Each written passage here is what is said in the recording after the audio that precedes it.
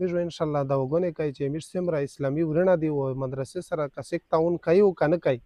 میژ ټولې ته دعاګانې کوي چې الله رب العزت دې ته حلال کاروبارونه ورکړي، په رزق شی برکت واچوي و هر قسم تنگی نه محفوظ وساتي. بسم الله الرحمن الرحیم. قدرمن کوټ کا خان شیرین سے موجود یم د کاری عمر صاحب مدرسې شه او دا کیم ګلون چې تاسو ویني په د سکرین باندې دا دغه د میستو سے بچیون دي سیک په نظر باندې قران مجید وی سیک حفظ کوي او دغه بچیون به مخ شه دریمي دغه نو عالمون الله پاک جوړای مفتیون ونه جوړای او دغه د میستو سے کیم دا د دین خدمت وکړي.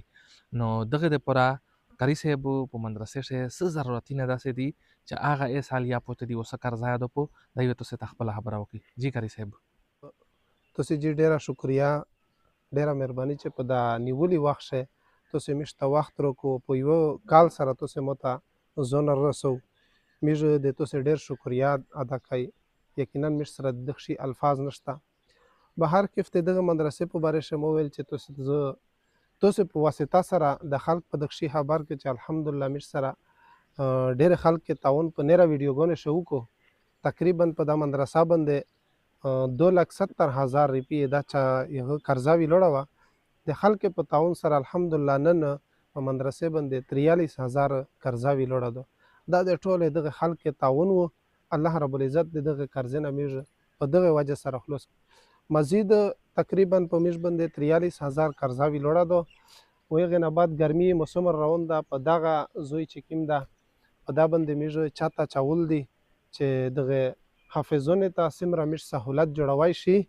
میژ تاسو په تعاون سره میژ دې ته دغه شګړه سره کوي چې میژ د قرآن تلاوت ورشي قرآن ورزده کوي او الله رب العزت تاسو په وجه سره میژ سره تعاون کوي. تاسو الله رب العزت ته چې څومره میژ سره تاسو تعاون کړه ده میژ دعاګوي په هر منځ هر تلاوت نه بعد وی چې قرآن مجید د تلاوت نه بعد د وګونه قبلېږي. انسان د ډیر مشکلات لري ډیر حاجتونه لري. میژ انشالله دا وګونه کوي چې میژ څومره اسلامي ورونه دي او مدرسې سره کسیک تعاون کوي او که نه کوي. میژ ټولې ته دعاګانې کوي چې الله رب العزت دې ته حلال کاروبارونه ورکړي، په رزق شی برکت واچوي و هر قسم تنګي نه محفوظ وساتي و هر قسم پریشانی نه الله رب العزت په ټول اسلامي مسلمان ورونه باندې څومره خویندې دي دغه ټولې ته میژ دعاګوي چې الله رب العزت د دې د زړه حاجتونه پیرا وفرمایي. تو سره چا رابطه کوله کانټیکټ نمبر یا دغه سه مالی تاونی په آنلاین ته کوئی زی پیسہ 0332 95 40 151 په دا باندې جی دغه سه کانټیکټ یا کوي شي او ایزی پیسې اکاونټ یا په دغه نمبر باندې دی.